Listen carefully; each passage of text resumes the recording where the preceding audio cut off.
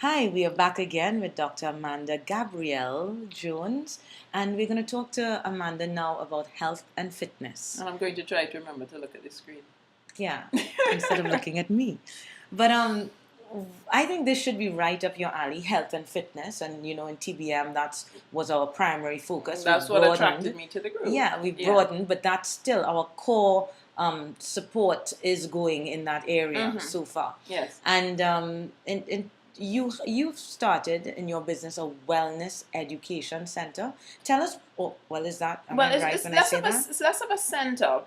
From the point of view, it's not a physical center as a building. I used to refer to it as a wellness education service, but then I realized people's eyes glaze over when you say service. So I just say now that I do wellness workshops, customized wellness workshops with measurable results. That's the concept. And this is related, of course, to health and fitness. Of course. So, tell us what kind of services your business provides. Well, basically, what we're doing is workshops, and the workshops are customized, and the whole idea is that people have different needs, and if you can identify their needs first, then when you go to them to do a workshop, you're going to be able to offer them something of more value because it's tailored to what you already know are the issues. So you go to companies? Yeah, so that's the idea. Mind you, it doesn't have to be a company, it could be an organization, it could be a group. The first thing is, okay, who are the participants? And then they do an online survey. And then I know more about them. So I know if I'm dealing with a lot of smokers, I know if I'm dealing with people who have weight issues, and then we can customize it. And the actual sessions focus on nutrition, exercise, meditation, rest, relaxation. We actually have a little teaching on how to do simple meditation to get people started, those who have actually no exposure. Have never done it before or just heard about it. What would you say the benefits of meditation are? Because I've seen a significant impact in my life. Yes. Meditation is basically the antidote to stress. In terms of when you do regular deep meditation, it has the opposite effects on your body as opposed to stress. Your immune system is strengthened, the overall inflammation is reduced, and you have hormones being released that work against the stress hormones. I have a nice little article on my blog. What's it called again? It's about meditation. It talks about the vagus nerve. What's the URL for your blog, Amanda Gabrielle Jones? My gosh.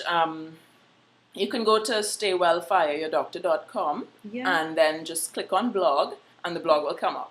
Cool. And then if you want to search for a particular term, like if you search for meditation or relaxation, any articles I have on that topic are going to come up. So basically you're saying if you have a really stressful job. Yes. I mean, I think everybody should be doing meditation. And now, meditation is a very broad term, and in some people's minds, it conjures up, images of maybe people doing yoga, or going into trances, or coming out of themselves.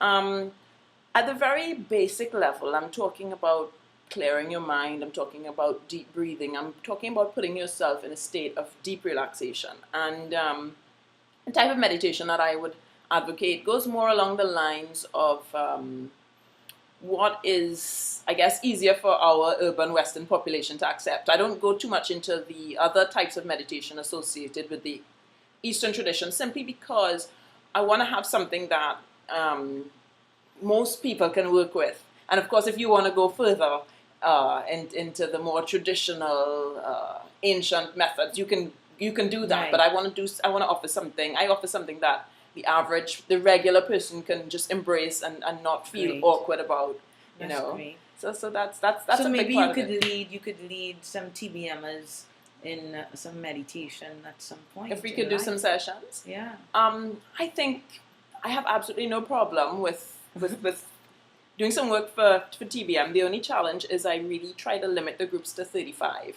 Okay. And the reason for that is because it's very, very important to me to be effective. And when you do a session with 100 people, and people have questions and concerns, it's harder to be what you need to be at that point in time for 100 people than for 35, because you can read the body language, you can read the temperature of the group. You're going to get a more accurate temperature of 35 people than 100. For sure. What would you say the core values of your business? Ah. Well, the thing is, have I actually stopped to think about it? You know, when you're setting up your business, sometimes you don't necessarily detail all these things, mission, vision, but core if values. you were to be asked, yeah. Yes, yeah. But thinking about it, at the core of what I want to do is make a difference. So I don't want to talk to a bunch of people, even if it's just not a full workshop, it's just a single presentation, and not deliver value. And I don't want to be boring either. So in other words, it's very important to me to be interesting. It's very important to me to present the information in such a way that people feel convinced and motivated. So those are some big things. And because I really want to effect real change, the workshops include a 3-hour session where we do goal setting and planning. So the reason for that is because I know that just giving people knowledge doesn't always lead to change.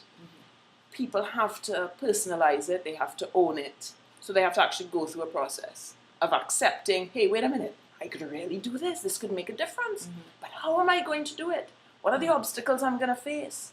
You know, and accepting that when you are changing lifestyle habits, there's work involved because you have to rewire how your brain works in terms of what your brain believes to begin with.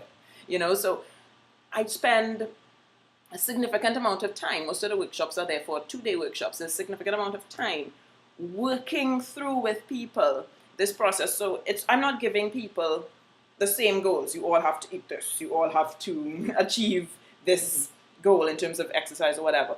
They have to create their own goals. Because that's the only way it's going to work. You'll never find one program that works for everyone. Right. Yeah. Right. One final thing on this. One of the things we found in TBM is, personally for me, I have found, you know, forging the relationships and having the network of support in TBM has really helped me stay on target with my health and fitness goals. Yes. And I'm hearing a lot of the members of TBM saying the same thing. What do you say really is the impact of relationships on health and fitness? It is major, and this isn't just theoretical, it's actually been documented. You know, there are these folks who do social science research, and it's been shown that what are the norms within a group influence people's health and wellness behavior. For instance, if you're working in an office, and it's the norm in the office for people to eat healthy, and you're new to this office, you tend to be much more likely to fall in line than if you start a new job in an office where it's everybody's habit to buy KFC. Sorry, oops, are we allowed to call brand names on TBM? But you know what I mean. Let's say Kentucky Fried. Oops. Let's say fried chicken. Well, that's good branding. When you think fried, fast food. That's good branding, though. When your brand comes to name. Sure. And we want to be there with Stay Well Fire Doctor. Yes, yeah. We want to get to that point. Yeah. So yes, so the studies have... That shows that peer support is important and peer values are important. And norms are important. And in a sense, that's one of the reasons why I'm more excited about the fact that I'm doing group work. Because within an organization, I can help to influence the peer culture. And you can see why that makes a difference. Okay. Yeah. Thank you, Amanda. You're welcome. I enjoyed this. Thank you, Mark.